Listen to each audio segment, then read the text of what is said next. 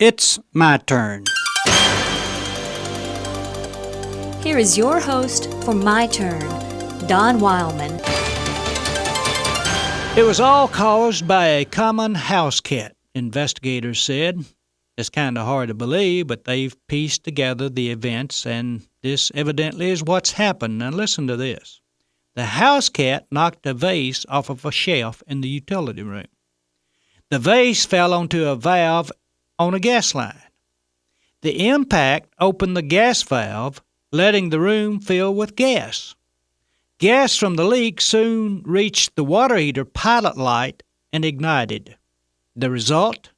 An explosion which moved two walls in a house, broke windows, and started a small fire. The damage will come to about $3,000, said the news account. But luckily for Air Force Major James Miller and his family at Vandenberg Air Force Base in California, no one was hurt. One never knows how far one little deed will affect his life. Things which we count so small, so insignificant, so petty, end up dominating us. They all begin innocently enough. They're such little deeds that we hardly take them seriously. After all, what harm can such little deeds do? Most of our major accomplishments in life start off as little things. Then they begin to grow, take on size and importance. A person on the moon didn't start out as a big project. It started out as a little thought in the minds of people. And if you had spoken of it seriously, you most certainly would have been the talk of the town, and they would have been laughing at you. The airline industry, for instance, didn't start out the monstrosity that it is now. It started out as a thought in the minds of a few people centuries ago. And others considered those who had such thoughts a little touched in the head. On the other hand, most of our catastrophes didn't begin as such either.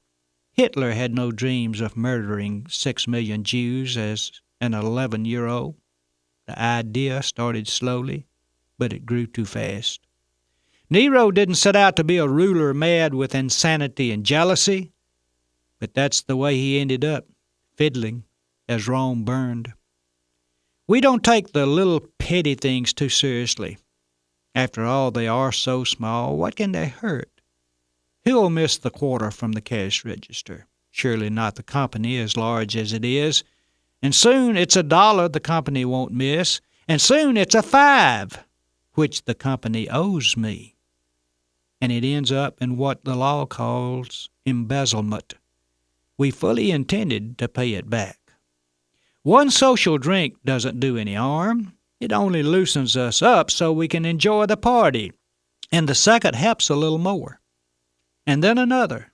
And before long, all we want to do is to be the life of the party, even when there isn't a party. No person anywhere leaves that which he knows is the highest and best with one great leaping jump. Every person who betrays his Creator and himself and others does so with little things, slowly, little by little.